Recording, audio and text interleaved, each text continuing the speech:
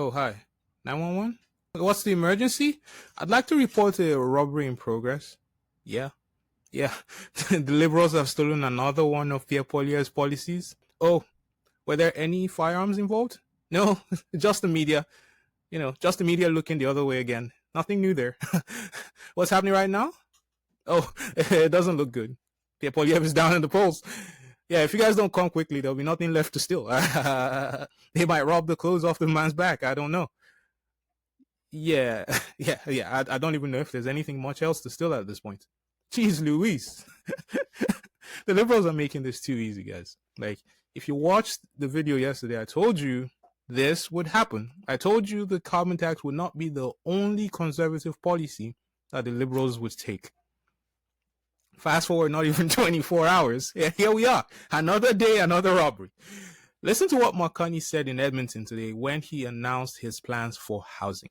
But I want to just concentrate on the other side of the equation for a moment, which is how can we help Canadians, particularly younger Canadians, buy their first homes right now. So what I'm announcing today is that my new government will eliminate the GST for first-time home buyers on all new and substantially renovated homes under $1 million. This is a big deal because first-time home buyers are the major purchasers of new and substantially renovated homes. This can provide up to $50,000 in savings for families entering the housing market. That's a brilliant idea. It will make housing more affordable for young people like me who don't own a home just yet. When I was listening to that, I was thinking, where have I heard this before? Why does this ring a bell? Why does this sound hella familiar, down to even the same numbers? It felt to me like I was having a deja vu moment. And it didn't even take long for me to find out where I had heard this before. It turns out, just 5 months ago, a certain Pierre Poilievre made the exact same announcement. Watch. Today, I am announcing that a Pierre Poilievre-led common-sense conservative government will axe the sales tax on new homes under $1 million. This will save about $40,000 on a new home of $800,000. That would mean a savings every year of $2,200 in mortgage payments. Getting rid of the GST on new home builds will stimulate 30,000 additional homes built every single year, which incidentally will actually generate more income tax revenue for the government without raising rates.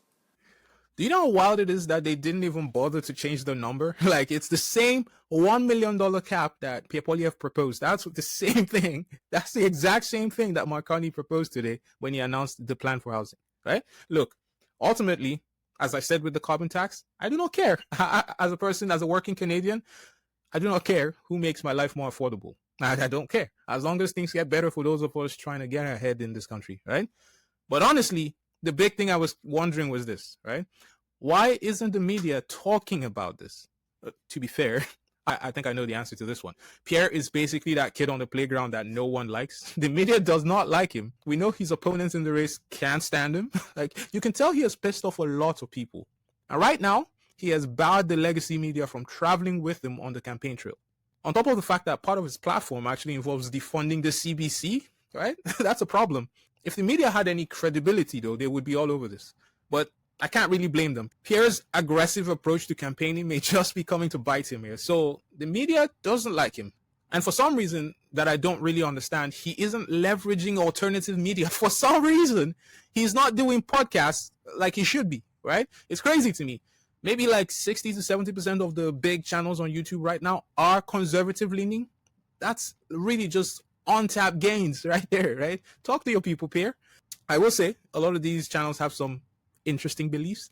Last thing you want is to go on a channel that has a history of saying the earth is flat and climate change is a hoax, Next thing you know, the media is trying to pin that on him and then he has to explain himself, right? Also, you can just tell the other leaders don't like him very much. Maybe it's because he made the due date of their pensions public, especially Jack Meeting. Like, he put that man through a lot of trauma before Justin Trudeau resigned.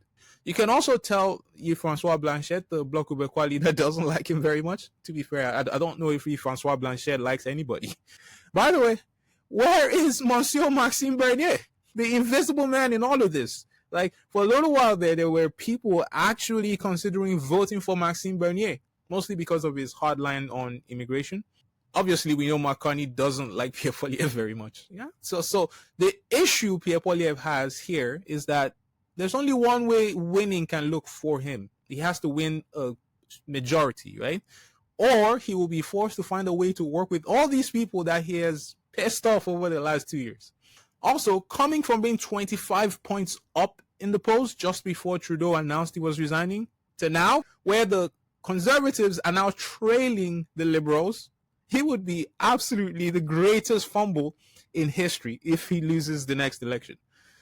If I could give just one tip to Pierre Poilievre's publicity team, and I'm just a guy on the internet, so make of that what you will, there's an easy way to use this to their advantage, right? Imitation is the best form of flattery. I think so far they've done well with the sneaky Carney ads.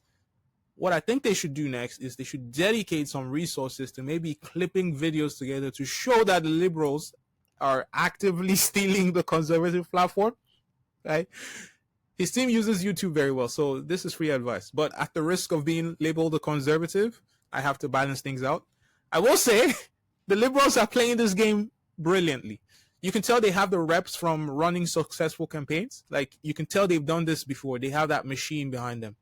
Even Marconi is getting media trained. He's getting better at taking questions from the media. He's still snippy on certain questions, especially when you ask him about his assets. Well, he's doing a lot better. Honestly, Marconi has only followed the letter of the rules, right? He has not broken any rules. He's done nothing wrong. Our rules allow him to not disclose his assets publicly at this point, right?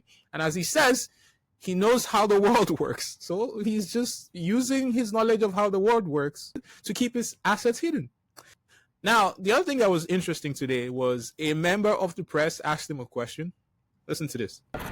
You have not been elected in a federal election yet, and you recently flew to Europe on government wide-body jet at the expense of at least $500,000. So the question I have for you today, and maybe I'll say this before I ask the question, these people around you all paid for that flight, and you've not been elected yet. So will you commit to refunding these taxpayers for that flight? Well, it's an interesting question, way of framing it. Look, and I'm going to go back to, I'm going to allude to the question that was asked previously by Mr. Staples from the Journal, and the situation that we're in as a country, which is we are in an economic crisis that's brought on, sorry, I'm going to answer the question, brought on by the tariffs that have been put on Canada, actual and prospective. One of the challenges... The economic crisis was brought on by former Prime Minister Justin Trudeau, and you were his advisor at the time. I think you would find... These people did not create that problem. I certainly... hey, nobody in Canada created that problem. Nobody in Canada created that problem. The U.S. government has decided to put tariffs on all of its closest allies. All of its closest allies. I wouldn't for a moment suggest that anyone in Canada is the cause of this. What our responsibility is to take action to react to a different world that we're in. Look, you can tell that the media person there was probably some sort of plant looking to rough him up a bit. I don't know if he was paid or not, whatever. But I think Marconi handled this well. So he's getting better. I think he will get better at handling the press. I also happen to think stealing Pierre Poilievre's platform is genius on the part of the Liberals. But I'm actually curious now. I want to know which of Pierre Poilievre's policies the Liberals will announce next. You know, just be like, look what we found. Another Pierre Poilievre policy, you know?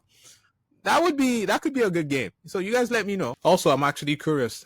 What do you think Pierre Poilievre could do to improve his campaign at this particular point? Let me know in the chat. And if you're new to the channel, please subscribe and join the conversation. I'll see you next time. Take care, guys.